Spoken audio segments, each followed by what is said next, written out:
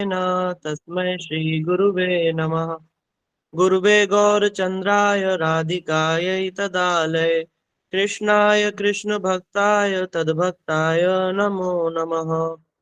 हे कृष्ण करुणा सिंधु दीनबन्धु जगत्पते गोपेश गोपिका कांत राधा कांत नमस्तुते।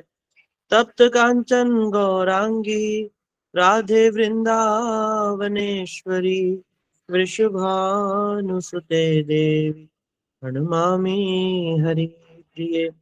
श्री कृष्ण चैतन्य प्रभु नित्यानंद श्री अद्वैत गदाधर शिवसादि गौर भक्त वृंद। हरे कृष्णा कृष्ण कृष्ण हरे हरे हरे राम राम राम हरे हरे। सर्वप्रथम मैं मेरे गुरु पाद पद्म परामरध्यतम आचार्य दंडी स्वामी अष्टोत्तर शत श्री श्रीमद भक्ति वेदांत श्री श्रीधर गोस्वामी महाराज जी के चरणों में दंडवत प्रणाम करता हूँ। तदुपरांत नित्य लीला प्रविष्टो विष्णुपाद अष्टोत्तर शत श्री श्रीमद भक्ति वेदांत श्री नारायण गोस्वामी महाराज जी के चरणों में मेरा अनंत कोटि दंडवत प्रणाम है। समस्त रूपानु गुरु परंपरा जयुक्त हो, सपार्षद प्रभुपाद सपार्षद गौर हरि जयुक्त हो। ऑनलाइन क्लास के माध्यम से सुन रहे वैष्णव वैष्णवी माता भाई बहन प्रभु,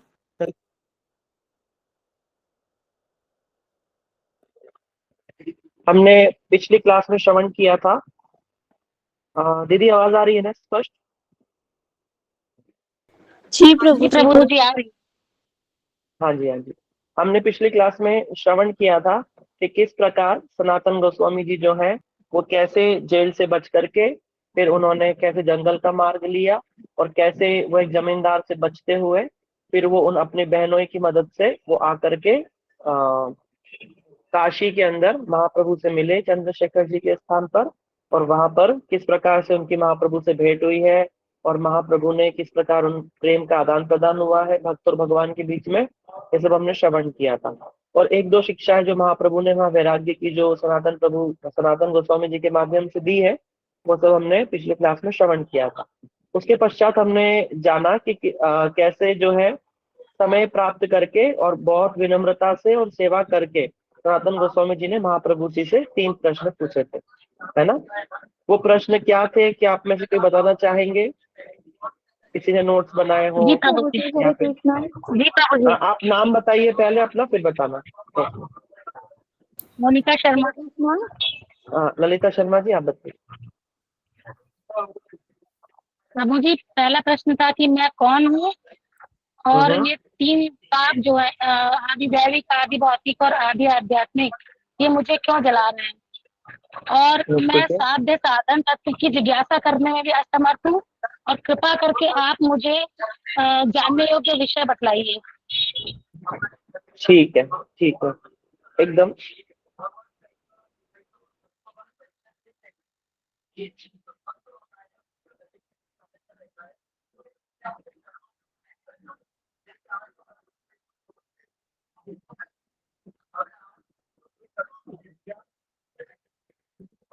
ठीक है, तो बहुत सुंदर बताया माता जी आपने।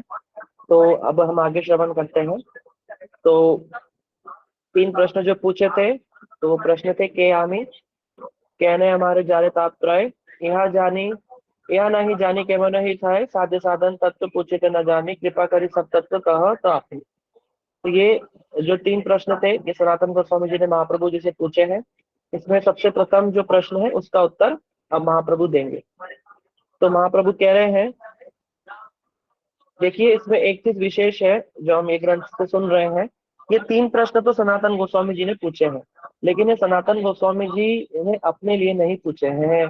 वास्तविकता में जीव कल्याण के लिए, जो बद्ध जीव है, जो साधन भजन करना चाहते हैं, उनके उनके भलाई के लिए, उनके उपकार के लिए सनातन गोस्वामी जी ने ये प्रश्न पूछे हैं। ठीक है, इसलिए यहाँ पर ये कभी नहीं सोचना है हमें कि सनातन गोस्वामी जी को ये प्रश्न के उत्तर नहीं आते होंगे, है ना। इसलिए वो महाप्रभु के नित्य परिकर हैं, लेकिन जीव मात्र के मंगल के लिए उन्होंने ये प्रश्न पूछे हैं। तो महाप्रभु उत्तर देते हुए कहते हैं, प्रभु कहे कृष्ण कृपा तुम्हारे पूर्ण है, सब तत्व जान तोमार नाही तापत्रय। कृष्ण भक्ति धर तुम्ही जान तत्व भाव, जाने दाड़े लागे पूछे साधुर स्वभाव। महाप्रभु ने कहा तुम पर भगवान की पूर्ण कृपा है। क्यों? क्योंकि इस प्रकार का प्रश्न कोई साधारण व्यक्ति नहीं कर सकता, है ना। जगत में हम देखते हैं ज्यादा करके, हम भी हमारे गुरुजी के साथ में रहते हैं, जब देखते हैं ज्यादा करके कोई आते हैं तो यही प्रश्न पूछते हैं, बेटा बेटे की शादी कब होगी, नौकरी कब लगेगी, हमारे दुख कष्ट दूर कब होंगे। साधारण रूप में यही प्रश्न लोग साधुओं के पास में जाकर के पूछते हैं। कोई अपने आत्म कल्याण से जुड़ा प्रश्न कोई बिरला ही व्यक्ति जो है वो जाकर के पूछता है गुरु जी से, वैष्णव। तो यहाँ पर ये भी हमें शिक्षा मिलती है कि किस प्रकार हमें आत्म कल्याण के लिए ही प्रश्नों को पूछना चाहिए। महाप्रभु कह रहे हैं सनातन गोस्वामी, आप तो सब तत्व को जानने वाले हो, और ये जो तीन ताप है ये आपको किसी भी तरीके से नहीं सता सकते। तुम कृष्ण भक्ति को धारण करते हो और सभी तत्वों को भी जानते हो, है ना। किंतु जानने पर भी दृढ़ता के लिए पूछना साधु का स्वभाव होता है। कैसे? जैसे उस विषय में और दृढ़ता प्राप्त कर जाए। जैसे हमको कोई विषय ऑलरेडी आता है, लेकिन जब कोई महापुरुष है, गुरु जी है या भगवान, या तो स्वयं चैतन्य महाप्रभु स्वयं भगवान है, जब वो उस विषय को अपने मुख से कह देते हैं तो और जो थोड़ा बहुत संशय वो भी मिट जाता है और उस विषय में दृढ़ता की प्राप्ति हो जाती है। तो महाप्रभु कह रहे हैं कि और दृढ़ता प्राप्त करने के लिए ही आपने मुझसे ये प्रश्न कहे हैं। ठीक है। अब इसके अंदर हम लोग आगे चलते हैं। एक विशेष बात इसके अंदर ये भी है कि जो चैतन्य महाप्रभु है, इनके विषय में हमने पहले श्रवण किया हुआ है पिछले भी तत्वों में, लेकिन अगर कोई नया क्लास में जुड़ा हुआ हो और आज ही सुन रहा हो तो हम बता दें कि चैतन्य महाप्रभु स्वयं कृष्ण है। राधा जी के भाव और अंग कांति को लेकर के वो यहाँ पर लीला करी है उन्होंने, और कैसे अपने परिकरों के साथ में ज्ञान का आदान प्रदान करके बद्ध जीवों के कल्याण के लिए उन्होंने कुछ शिक्षाओं को दिया है। ठीक है ना। जैसे राय रामानंद संवाद है, रूप शिक्षा है, सनातन शिक्षा है।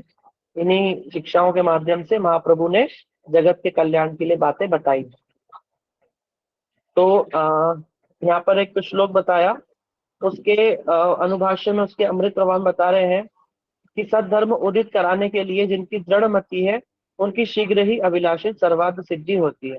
जैसे कि महाप्रभु ने एक बात कही ना कि आपने दृढ़ता के लिए प्रश्न पूछा है, तो उससे जुड़ा एक श्लोक, क्योंकि जितनी भी बातें यहाँ बोली गई हैं वो शास्त्र में कहाँ से बोली गई हैं ये सब इसके अंदर में ऑलरेडी लिखा हुआ है। योग्य पात्र हो तुम्ही भक्त प्रवर्ताइते, क्रमे सब तत्व सुनो कहते तुम भक्ति का प्रवर्तन प्रचार करने के लिए योग पात्र हो, क्रमशः तुम सब तत्व सुनो, मैं तुम्हें सब बात बतला रहा हूँ। महाप्रभु कह रहे हैं कि हे सनातन गोस्वामी, आप जो है सभी तत्वों को और अच्छे से जानते हैं और इस तत्व का प्रचार करने के लिए आप योग्य व्यक्ति हैं, है ना। योग्य व्यक्ति कैसे? क्योंकि उनका वैराग्य सिद्ध है और महाप्रभु के सिद्ध परिकर भी है। और कैसे, देखो अभी हमने उनका जब जीवन चरित्र पहले सुना है इसके पहले, तो कैसे जिन चीजों के लिए लोग अपना सारा जीवन लगा देते हैं, प्रधानमंत्री की पोस्ट के लिए, वित्त मंत्री की पोस्ट के लिए, वो कितने चुनाव लड़ते हैं, कितने लोगों को मनाते हैं वोट के लिए घर घर जाकर के। वो पद इनको ऑलरेडी मिला हुआ था, लेकिन उस पद को छोड़ करके, मलबत त्याग करके, और ऐसे त्याग भी कैसे किया, 7,000 सोने के सिक्के रिश्वत दिए हैं और रिश्वत दे करके इसको छोड़ करके आए हैं, है ना। और एक कंबल जिसको महाप्रभु देख रहे थे, उस कंबल को भी उन्होंने जाकर के दरिद्र वैष्णव से एक्सचेंज किया और वहां से उसकी फटी गुदड़ी को ले आया। वैराग्य कितना सिद्ध है। इसलिए महाप्रभु कह रहे हैं कि आप जो है योग्य व्यक्ति हैं। क्यों? क्योंकि जो योग्य व्यक्ति कौन होंगे? जो उन शिक्षाओं को अपने जीवन में उतारेंगे भी और फिर उसको प्रचार भी करेंगे। अब महाप्रभु उनको उत्तर दे रहे हैं। तो पहला प्रश्न था के आमी, मतलब मैं कौन हूँ। तो उसके उत्तर में कह रहे हैं जीवेर स्वरूप है कृष्णेर नित्य दास, कृष्णेर तटस्थ शक्ति भेदा भेद प्रकाश, सूर्यांश किरण जैन अग्नि ज्वाला चाय, स्वाभाविक कृष्णेर तीन प्रकार शक्ति है। ठीक है। तो ये जो प्यार है दीदी, ये जो प्यार है 108 नंबर, इसको हम ग्रुप में भी भेज देंगे। इसको हमें जो इस वीक का जो प्यार याद करने के लिए जो हम याद करते हैं उसमें यही वाला प्यार रहेगा, जीवेर स्वरूप है कृष्णेर नित्य दास, कृष्णेर तटस्थ शक्ति भेदा भेद प्रकाश। ठीक है ना दीदी? जी या फिर ये जी पहले हो प्रभु चुका जी। है? शायद प्रभु जी हो चुका है। हो भी चुका है, फिर भी क्योंकि रेलेवेंट है तो हम यही बोलेंगे, जिन्होंने नहीं किया है वो याद करेंगे और जिन्होंने ऑलरेडी इसको लर्न कर लिया है वो एक बार अपना ऑडियो भेज देंगे। ठीक है ना। ठीक है प्रभु जी। प्रभु जी इसके साथ आप ये एक और प्यार बता दीजिएगा तो हम 2 प्यार भेज देंगे। हाँ ठीक है। एक तो ये प्यार आपको ये वाला करना है, और इसके साथ में सूर्यांश किरण येन अग्नि ज्वाला चाय स्वाभाविक कृष्णेर 3 प्रकार शक्ति है। ये भी एक, क्योंकि भगवान इसमें उदाहरण है ये, अभी हम इसको श्रवण करते हैं कि कैसे ये जो महाप्रभु कह रहे मैं कौन हूँ, इसका उत्तर जो दे रहे हैं। तो कह रहे हैं कि जीव जो है वो कृष्ण का नित्य दास है, यही जीव का वास्तविक स्वरूप है। ये जो अब हम लोग प्रैक्टिकल पहले सोचते हैं। महाप्रभु ने बताया कि जी, उन्होंने पूछा कि मैं कौन हूँ, तो वो कह रहे हैं कि आप, मतलब आपसे क्या तात्पर्य है, वो अपने शरीर की बात तो नहीं कर रहे हैं, सीधी सी बात है, वो आत्मा की बात कर रहे हैं कि हमारा आत्मा का क्या स्वभाव है, क्या उसका स्वरूप है। तो उसका उत्तर देते हुए महाप्रभु कह रहे हैं कि जितने भी जीव हैं, हम लोग जैसे कथा सुन रहे हैं, बोल रहे हैं, जितने भी जीव हैं, ये सब के सब क्या है, कृष्ण के नित्य दास है। अब जीव में हर कोई आ जाता है, शरीर कुछ भी हो सकता है, पेड़ पौधा कुत्ता बिल्ली कुछ भी शरीर हो सकता है, लेकिन सबके सब क्या है, कृष्ण के दास हैं। तो वास्तविक स्वरूप क्या है, सबके सब कृष्ण के दास हैं। ये चीज को हमें समझना होगा। अब हम चलते हैं कि आगे का इसका अर्थ क्या है, दासत्व है कि नहीं, थोड़ा प्रैक्टिकल भी हम लोग समझते हैं इस चीज को। देखिए आप लोग सब देखते होंगे,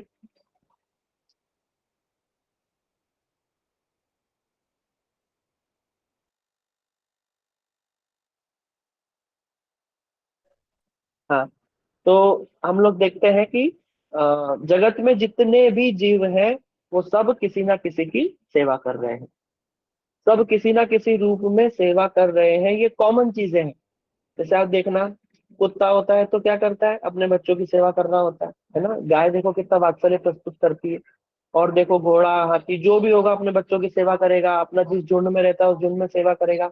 मनुष्य में देखो, भले ही वो किसी की भी सेवा नहीं करता हो, बच्चों की ना करता हो, किसी की नहीं करता हो, तो क्या करेगा, घर में कुत्ता पाल लेगा और कुत्ते को घुमा के लाना खिलाना पिलाना, ये सारी सेवा करता है।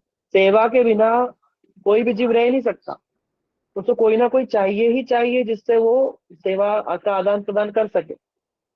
तो इससे ये सिद्ध हो जाता है कि हमारे स्वभाव में कहीं ना कहीं ये सेवा छुपी हुई है।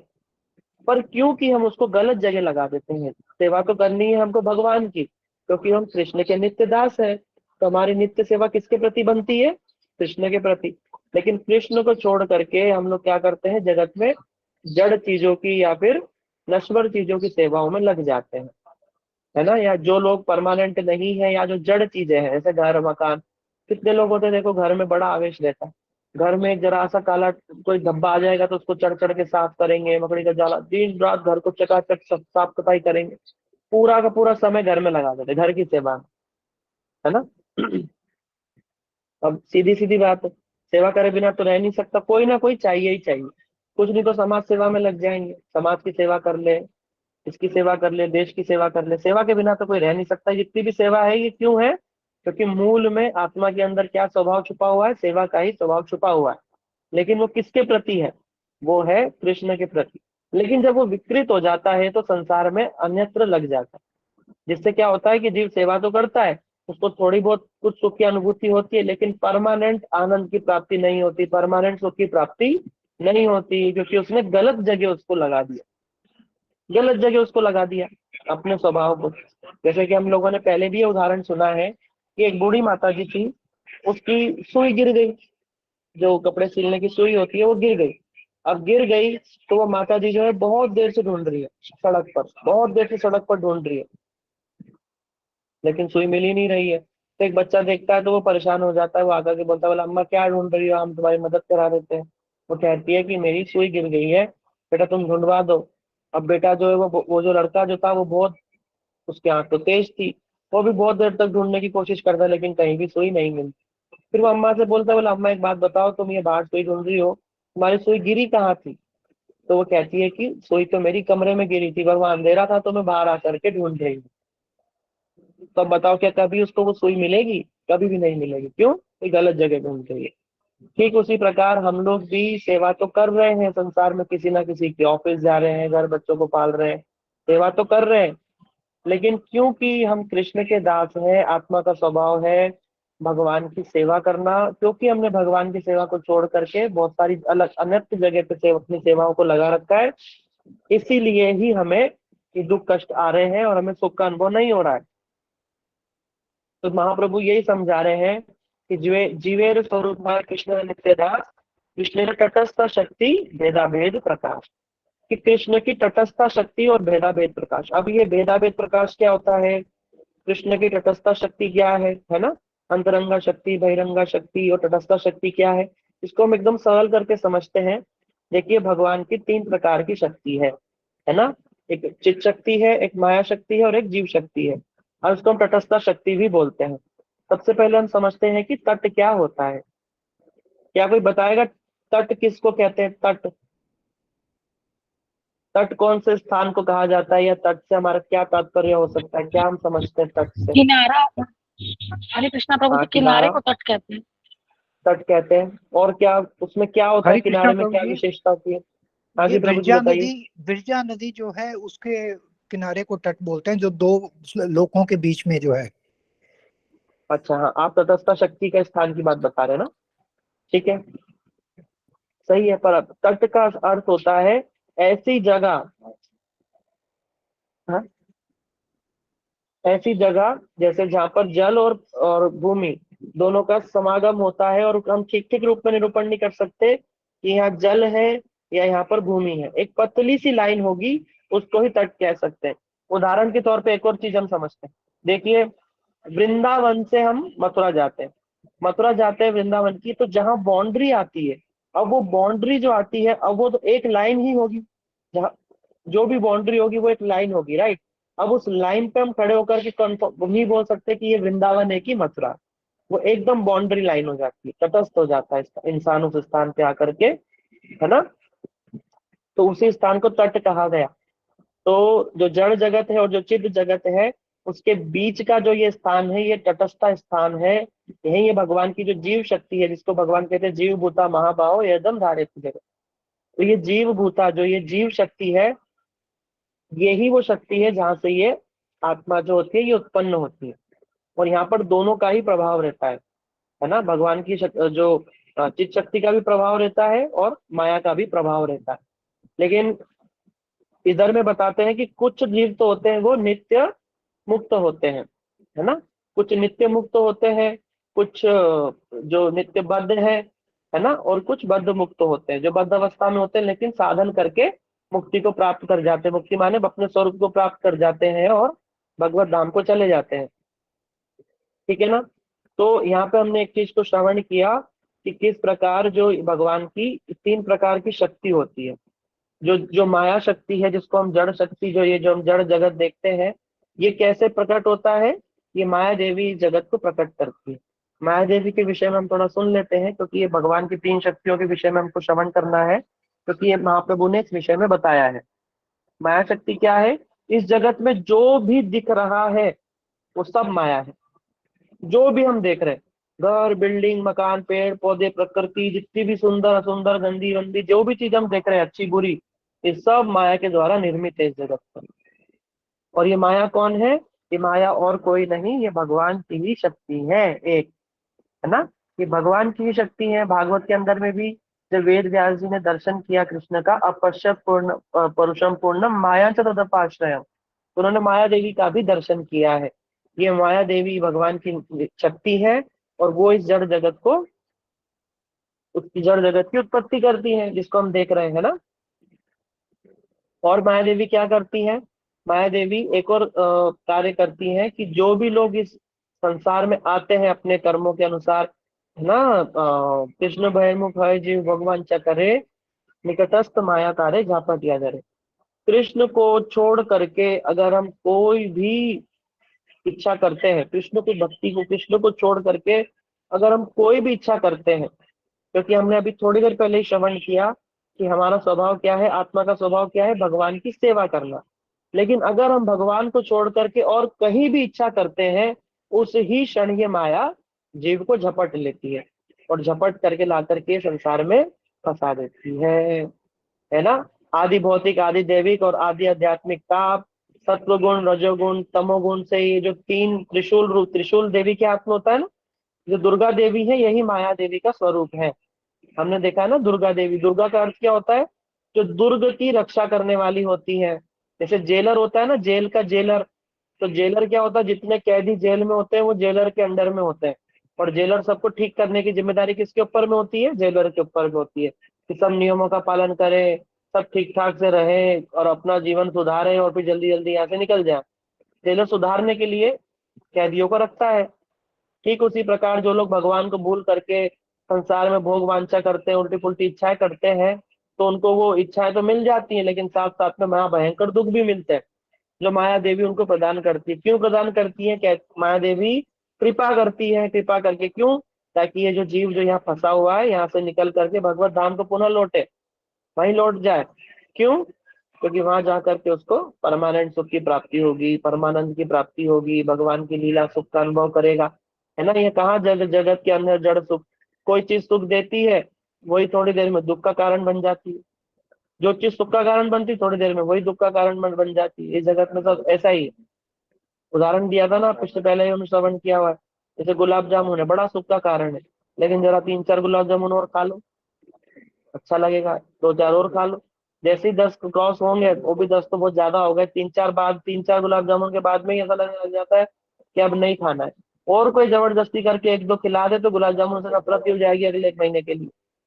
जो चीज इतनी अच्छी लग रही थी, अभी बस 10 ही 11 ही गुलाब जामुन खाए हैं और उस चीज से नफरत हो जाएगी। ये कितनी विचित्र बात है। तो ये संसार में ये जो मन है, ये संकल्प विकल्प करता है, उसके अनुरूप ही ये कार्य होते हैं। और ये भगवान की 3 शक्ति हमने श्रवण कर लिया है ना। ये आप सबको याद रखना है कि जीव शक्ति है, जीव शक्ति से कैसे ये सभी जीवों की उत्पत्ति होती है ना। और जो चित्त शक्ति है, जो भगवान की है ना, जो उधर से क्या होता है, भगवान के धाम परिकर की उत्पत्ति उसी चित्त शक्ति से होती है, और वो उसी स्थान पर ही हमेशा के लिए रहते हैं। और एक है जड़ शक्ति या माया शक्ति कहते हैं, जिससे ये जड़ जगत उत्पन्न होता है ना। ये सारा का सारा जगत माया देवी ही उत्पन्न करती है। और ये जो जीव है, ये कैसे, एक और उदाहरण की तरह समझाया कि ये जो जीव है, क्योंकि ये उस तट पर उपस्थित हुआ है, वो तटस्था शक्ति ऐसी है कि वहां माया का भी प्रभाव है, वहां पर भगवान की चित्त शक्ति का भी प्रभाव है, भगवान की जो अंतरंगा शक्ति है, जो भगवान का जो धाम है, उसका भी वहां पर अंश रूप में रहता है। इसलिए जो जीव है यहाँ पर, इसमें इसके दोनों ही स्वभाव इसके अंदर में छुपे हुए हैं। ये वहां जाने के भी योग्य है और यहाँ आने के भी योग्य है। ठीक है ना। इसलिए तट वो स्थान रहता है।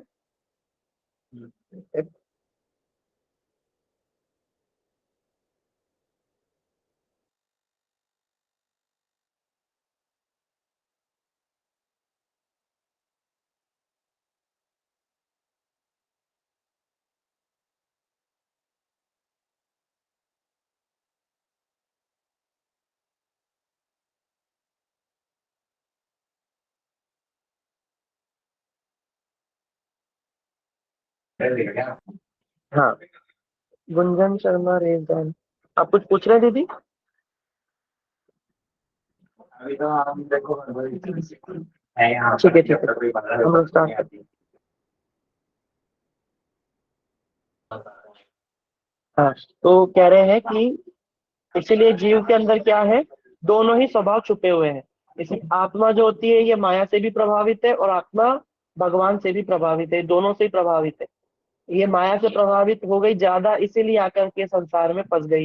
लेकिन अगर हम लोग इसको साधन भजन करके और ठीक ठीक रूप में भगवान की कथाओं को सुनकर, भजन भक्ति माला जप आदि करके, कीर्तन के द्वारा अगर हम पुनः इसको भगवान की ओर लगाएंगे, तो ये भगवान के धाम के जाने के लिए भी योग्य है। और ये जीव शक्ति जो है ना, और ये भगवान की शक्ति है। तो इस कारण से क्या हुआ, हम लोग भगवान के इनडायरेक्ट अंश तो हुए, इसलिए भगवान के गुण हमारे अंदर में है ना। भगवान के गुण हमारे अंदर में है। कैसे गुण? जैसे सच सच, भगवान के लिए क्या श्लोक होता है, ये भी श्लोक आप लोग याद करना, आप लोग जानते भी होंगे।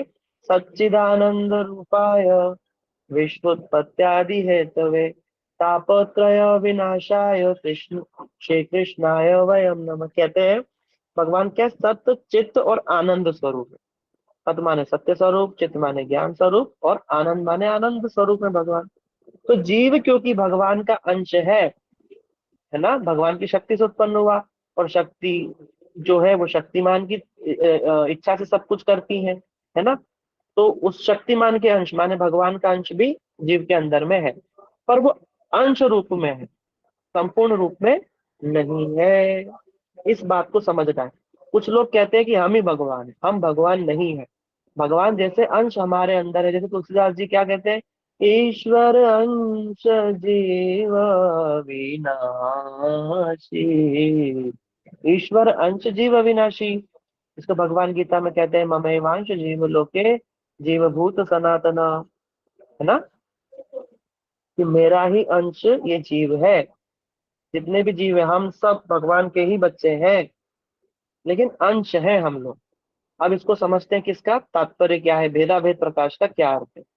इसका सीधा सीधा अर्थ यह है कि हम में भगवान के गुण तो है, सत्यचित आनंद, लेकिन बहुत थोड़ी मात्रा में है।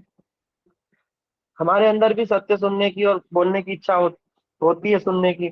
हमारे अंदर भी हम आनंद की खोज में रहते हैं, हम भी ज्ञान की खोज में रहते हैं, पर बहुत अल्प मात्रा में, बहुत थोड़ी मात्रा में है। और भगवान में ये सारे गुण संपूर्ण मात्रा में है। ये अंतर पड़ता है। उदाहरण दिया, जैसे पानी का समुद्र है, तो समुद्र में जो गुण है वो समुद्र की एक बूंद में भी है ना, वही ऑक्सीजन, वही हाइड्रोजन H2O। एक बूंद भी उठाएंगे वो भी H2O है, और पूरा का पूरा समुद्र भी H2O है, राइट। लेकिन जो समुद्र है वो रत्नाकर है, बड़े बड़े रत्न उसमें छुपे होते हैं। क्या बूंद में ये सब होता है? नहीं।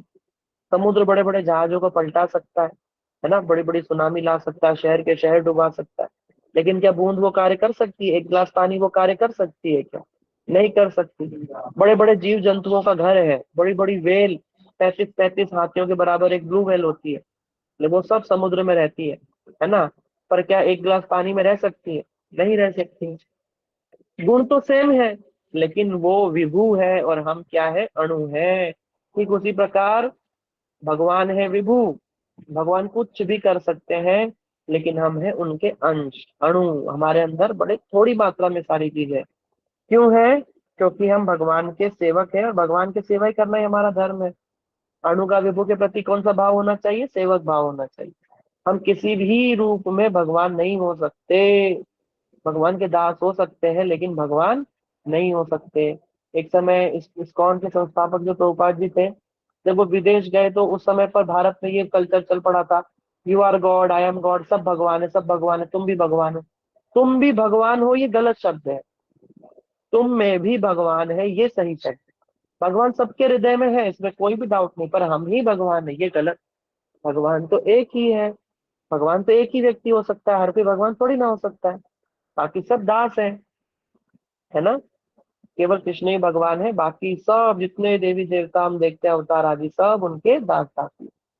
ठीक है ना। इसीलिए एक उदाहरण और देते हैं, उसको कहते हैं सूर्यांश किरण जैन अग्नि ज्वाला छाया। जैसे सूर्य की किरण है ना, और सूर्य की किरण और सूर्य एक तरीके से एक बराबर लगते हैं, लेकिन दोनों में बड़ा अंतर है। सूर्य की एक किरण कुछ भी नहीं कर सकती, और सूर्य जो है वो बड़े बड़े ग्रहों को भी जला करके राख कर सकता है। वही अणु और विभू वाला यहाँ पर बात है। अग्नि ज्वाला चाहे, जैसे अग्नि होती है, अग्नि में से चिंगारी निकलती है, अग्नि की चिंगारी निकलती है, तो चिंगारी आग तो भड़का सकती है ना। एक चिंगारी आग भड़का सकती है, पर एक चिंगारी वो काम नहीं कर सकती जो आग कर रही है।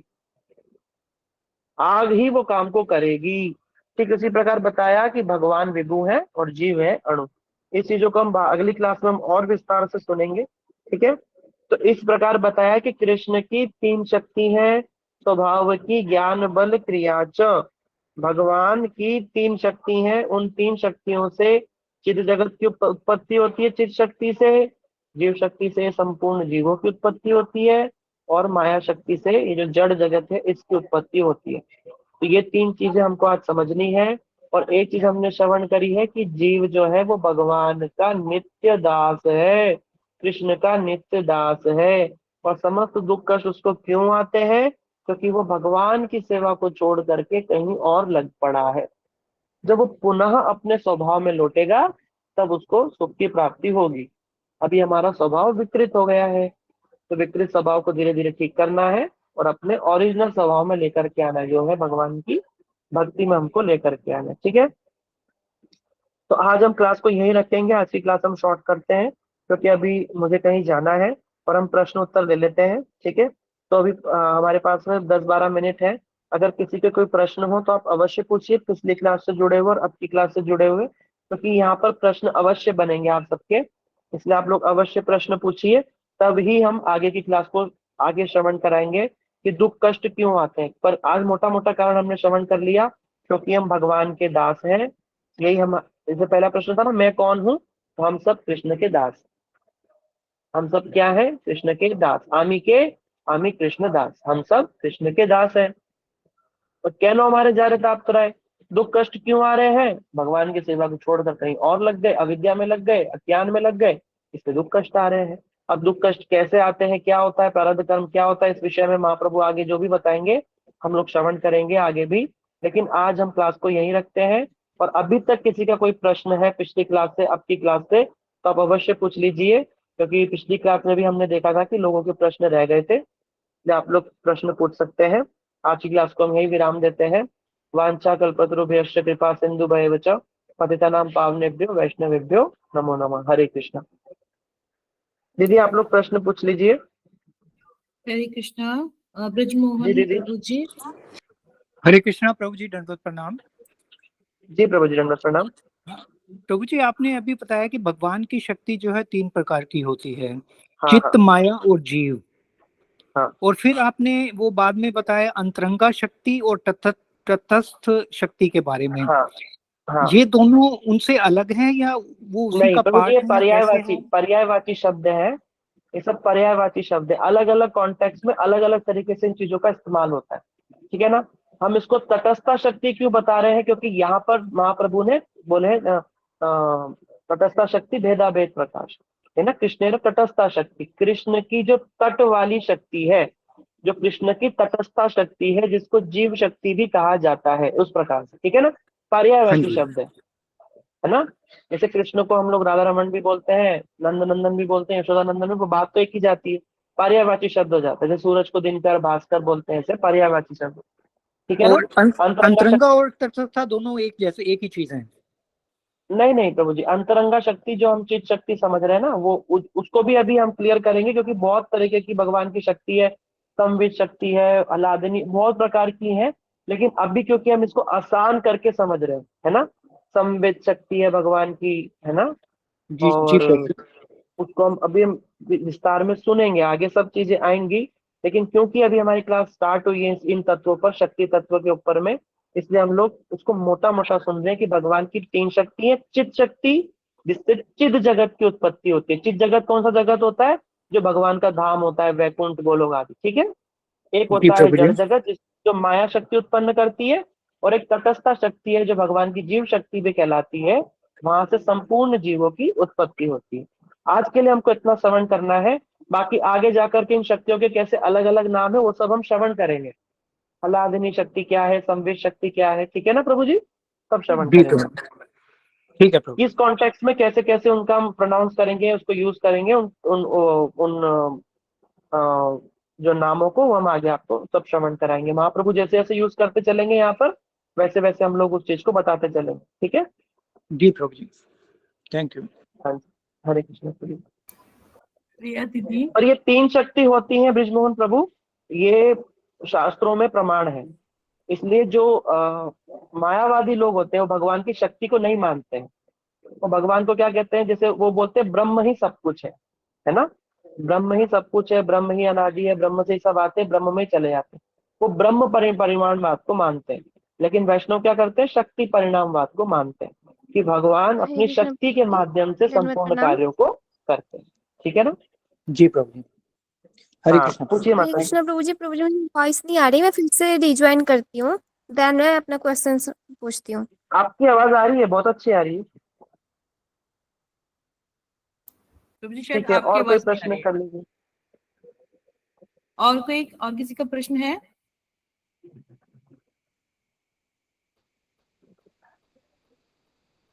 हरे कृष्णा। गुंजन दीदी आप कुछ प्रश्न पूछ रहे थे क्या। नहीं प्रभु जी, नहीं पूछते। अच्छा, हाँ प्रिया ठीक है दीदी। प्रभु।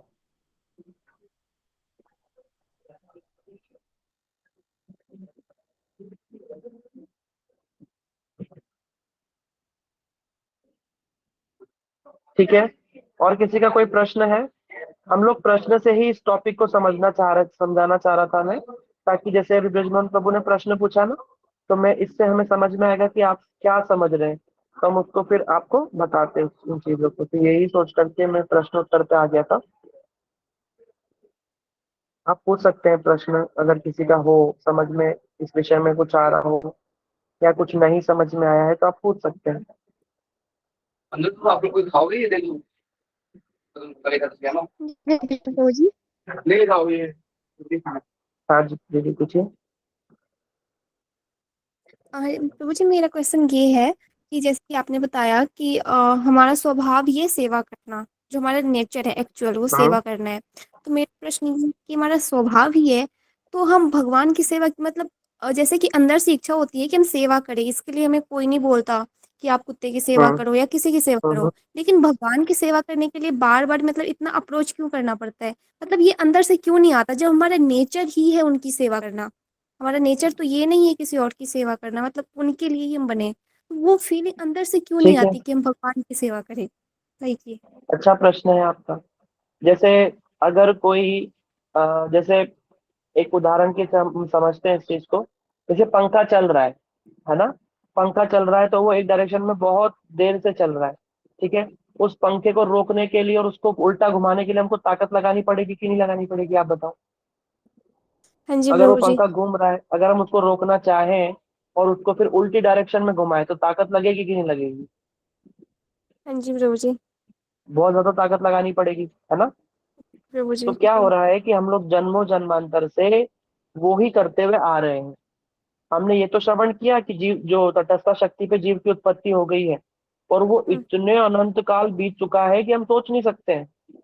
अनंत अनंत जन्म हम सबके हो चुके हैं, और हम कब से इधर उधर घूम रहे हैं हमें मालूम नहीं, कोई भी नहीं जानता है।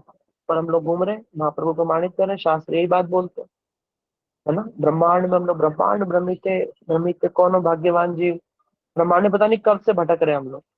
तो भटकते भटकते कितने जन्म हुए, सब जन्मों में कोई ना कोई संस्कार हुआ, उसकी चित्त पे छाप पड़ती चली गई, चित्त पे सब संस्कारों की छाप पड़ी हुई है। ये चित्त नहीं छूटता है, शरीर छूट जाता है लेकिन मन बुद्धि चित्त अहंकार ये सब नहीं छूटता। ये सब लिंग शरीर में सूक्ष्म शरीर के साथ में हमारे साथ में चलता रहता है जी, जैसे शरीर बदलता है ना, ये सब साथ साथ में बदलता रहता है। इसलिए क्या होता है, संस्कार है पूर्व जन्मों का। इसलिए हम कहते हैं ना, अरे इसके तो पूर्व जन्मों के कितने अच्छे संस्कार है, देखो कितने अच्छे मृदंग बजाता है, कितनी अच्छी भक्ति कर लेता है, कितने अच्छे श्लोक बोलता है, कितनी अच्छी कथा बोलता है। क्यों? क्योंकि वो पूर्व जन्म में ऐसे वाले संस्कार करके आया है, ऐसे वाले उसने अपने पुण्य अर्जित किए हैं, सुकृति अर्जित की है, कि उसका एक संस्कार बन गया है।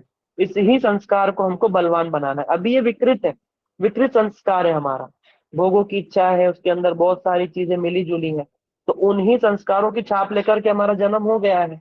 अभी हम भजन भक्ति के द्वारा उसको ठीक करने की कोशिश कर रहे हैं, साधन के द्वारा।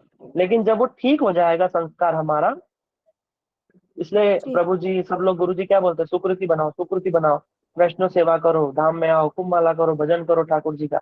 इससे क्या होगा, सुकृति बनेगी। सुकृति से क्या होगा, धीरे धीरे ये करते करते करते करते करते करते हमारा संस्कार अच्छा हो जाएगा, और जैसे ही संस्कार अच्छा होगा फिर सब काम अपने आप होने लगेगा। इसी को कहते हैं अनर्थ निवृत्ति। जब अनर्थ निवृत्ति हो जाती है, जैसे हम लोग साधु संग करते हैं, फिर भजन क्रिया करते हैं ना, श्रद्धा साधु संग भजन क्रिया अनर्थ निवृत्ति। अनर्थ ठीक। निवृत्ति जब हो जाती है, फिर निष्ठा रुचि आसक्ति भाव प्रेम, तो निष्ठा आ जाती है, फिर धीरे धीरे ऑटोमेटिक रुचि। तो इसलिए जैसे विष्णु चक्रवर्ती ठाकुर और हमारे रूप गोस्वामी वगैरह जो बोलते हैं ना, अनर्थ निवृत्ति ये करना जरूरी होता है। तो हमारे पूर्व पूर्व जन्म के अनर्थ है, अनर्थ माने भोग काम क्रोध लोभ मद मोह संसार इच्छा वासना, ये जो घुसी पड़ी है जन्मों जन्मों से, जब इसकी धुलाई होगी, जिसकी महाप्रभु ने शिक्षा क्या दी, गुंडीचा मंदिर मार्जन, है ना? गुंडीचा मंदिर जी। मार्जन कराया ना महाप्रभु ने। क्यों होगा, जब ये धीरे धीरे धीरे हमारा जब चित्त शुद्ध होगा, चित्त साफ हो जाएगा, फिर चित्त में जो चीज रहती है मन उसी के अनुसार ही क्रियाओं को करता है। आप समझ रहे हो? जी मन प्रभु जी। अपनी जी। तरफ से कुछ नहीं करता है। मन क्या करता है, जो जो चित्त पे जो चीज पड़ी रहती है उसी को ही उठाता है, अच्छी बुरी जो भी हो। कहाँ से उठाता है? चित्त पे। मन जो होता है वो कभी भी ये सब नहीं होता है, दूषित नहीं होता है। वो तो थोड़ी देर के लिए ऐसा प्रतीत होता है, लेकिन जो मेन चीज जो है, संस्कार कहाँ पड़े हुए हैं? चित्त पे छाप पड़ी हुई है। इसलिए महाप्रभु ने क्या बोला शिक्षाष्टकम के पहले श्लोक में? बोलिए श्लोक, याद करवाया था ना सबको? जी अभी याद हरे चेतो कृष्ण प्रभु। चेतो दर्पण मार्जनम। हाँ जी हाँ जी, चेतो दर्पण मार्जन जी। हाँ, तो वो चित्त रूपी दर्पण का मार्जन करना होगा धीरे धीरे। इसलिए आप जो कह रहे हो ना कि हम चाहते हुए भी नहीं कर पा रहे, क्यों? क्योंकि चित्त पे मलिनता है, ठीक है ना? तो धीरे धीरे जैसे ही वो मलिनता जाएगी, धीरे धीरे सब अपने आप होने लगेगा। इसलिए अभी कुछ नहीं, अभी अपना जो भी है ना अच्छे अच्छे रूप में करना है, जितना मात्रा में हो सके वैष्णव सेवा गुरु सेवा करने से जल्दी जल्दी काम हो, ठीक है? और कोई किसी का प्रश्न है? जी थैंक यू, आपने बहुत अच्छे से समझाया, बहुत अच्छे से एक्सप्लेन किया। ना जी दीदी है, ठीक है। अगर किसी का और भी कोई प्रश्न हो तो आप ग्रुप में पूछ सकते हैं। आज की क्लास को हम यही विराम देते हैं और नेक्स्ट क्लास में हम आप सबसे प्रार्थना करते हैं कि जो भी हमने ये जो भगवान की 3 शक्ति हैं और किस प्रकार से जो महाप्रभु ने जो पहले प्रश्न का दूसरे प्रश्न का उत्तर दिया है, इस प्यार को भी आप लोग याद कर लेना, ग्रुप में डाल देंगे, ठीक है? उसके अर्थ को भी डाल देंगे ताकि आप उसको पढ़ करके अच्छे से समझ लें। और नेक्स्ट क्लास में हम लोग इसको डिटेल में सुनेंगे आगे। महाप्रभु ने बड़ा सुंदर ही अच्छा तत्व है, इसको श्रवण करने से हमें ठीक ठीक रूप में तत्व पता चलता है कि जीव कौन है, क्यों कष्ट आ रहा है। ये जो कष्ट तो आ रहा है, समझ में भी आ रहा है कि आदि दैविक आदि भौतिक, पर क्यों आ रहे हैं, मेन कारण क्या है, जड़ में बीमारी क्या है, जड़ से बीमारी को उखाड़ने का काम हम फिर कर सकते हैं, एक बार पता चल जाए, ठीक है ना? इसलिए हम लोग अगली क्लास में आगे को श्रवण करेंगे। हरे कृष्णा, दंडवत प्रणाम। और सनातन गोस्वामी की जय, सनातन शिक्षा की जय, है ना? श्रीमन चैतन्य महाप्रभु की जय, समागत गौर भक्त की जय, उताई गौर प्रेमानंदे, हरि हरि बोल। हरे कृष्ण। अगर किसी को कोई प्रश्न है तो आप ग्रुप में पूछ सकते हैं, हरे ठीक है? कृष्ण प्रभु जी, दंडवत प्रणाम। दंडवत प्रणाम, दंडवत प्रणाम, प्रणाम प्रभु जी। दंडवत प्रणाम। हरे कृष्ण।